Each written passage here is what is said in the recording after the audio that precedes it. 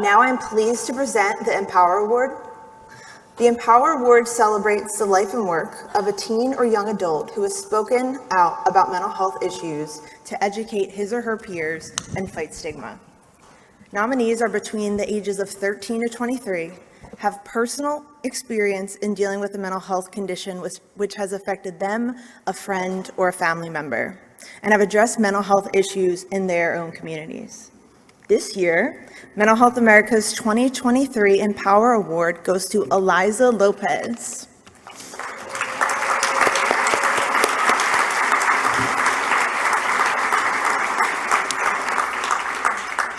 Aliza is a 17-year-old healthcare advocate, mental health activist, and researcher. With multidisciplinary interests in the field, she intersects her work with education and cultural competence.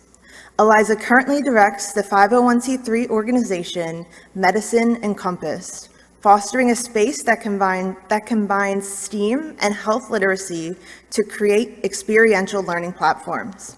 She also works at the company Neolith as the outreach subcommittee leader of their National Ambassador Program.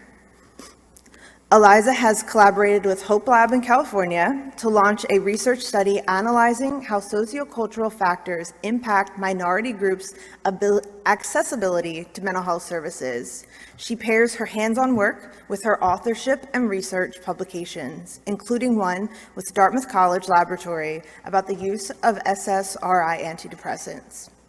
For her leadership efforts, she was named the 2021 T-Mobile Changemaker Challenge Grand Prize winner in education, TD Bank and National Liberty Museum Young Hero, 2022 Taco Bell Ambition Accelerator quarterfinalist, and a youth program honoree in the New Jersey Governor's Jefferson Awards program. Aliza believes that everyone deserves a seat at the table to ensure inclusion, representation, productivity, and promising innovations to promote the mental health and well-being of all. Please welcome Aliza to the stage to accept this award.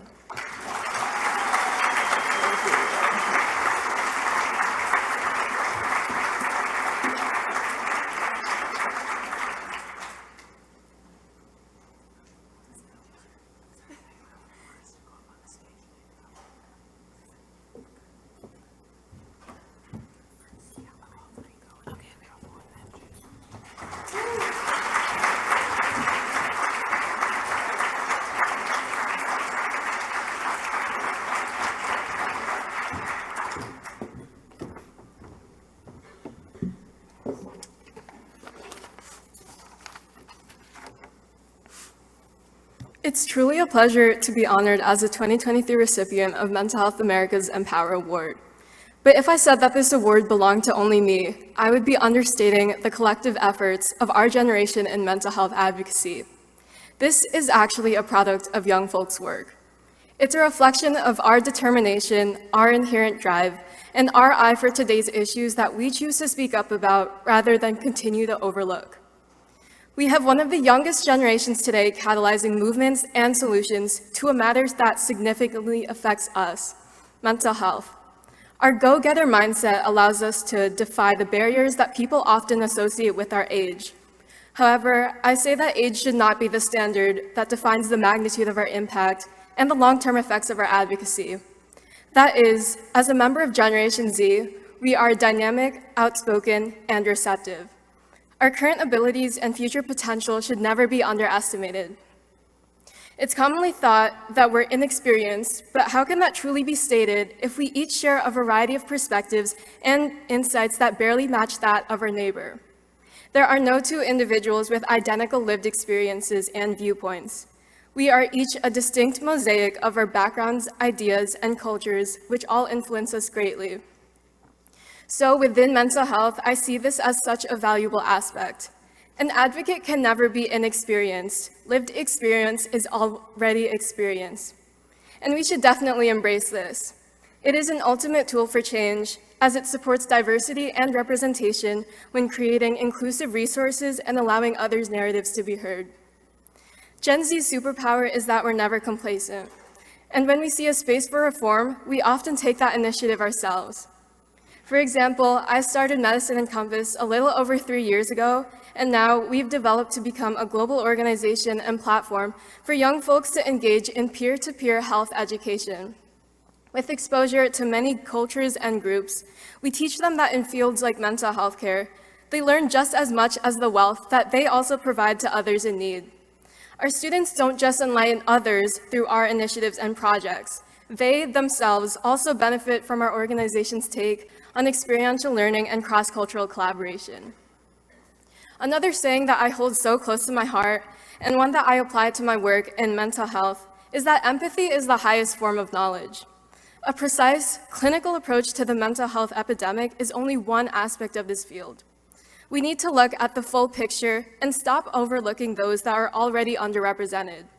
But what we also often forget is that a patient is a person first. Think about the way you introduce yourself, or even someone else. You would say your name, your interests, your favorites, and your background, right? We wouldn't characterize others by their ICD-10 medical code. And we typically characterize ourselves and others by their personal qualities and values, so why would healthcare ever be that exception? In a field like mental health, being able to intently understand these qualities and make deeper level connections with those that we serve is just as important. If listening is more productive than simply hearing, I say that empathizing is more productive than simply listening.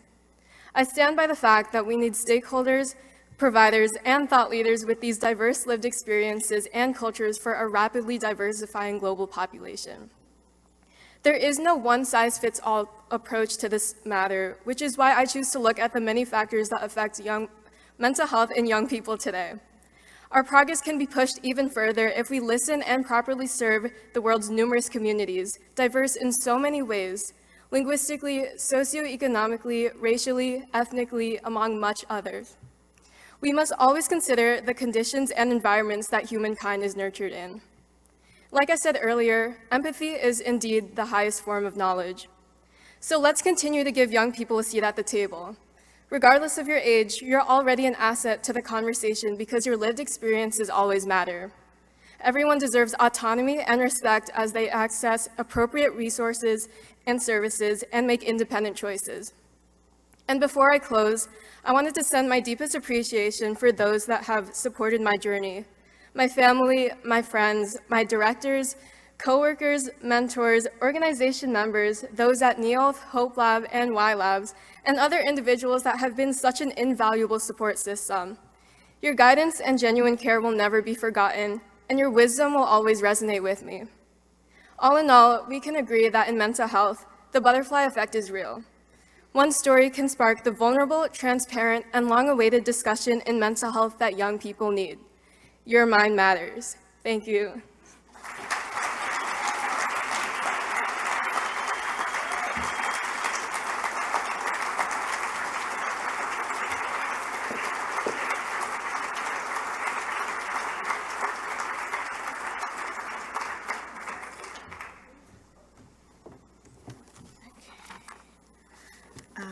Awesome. Thanks so much, Aliza, for your leadership, transformational work, and inspiring words.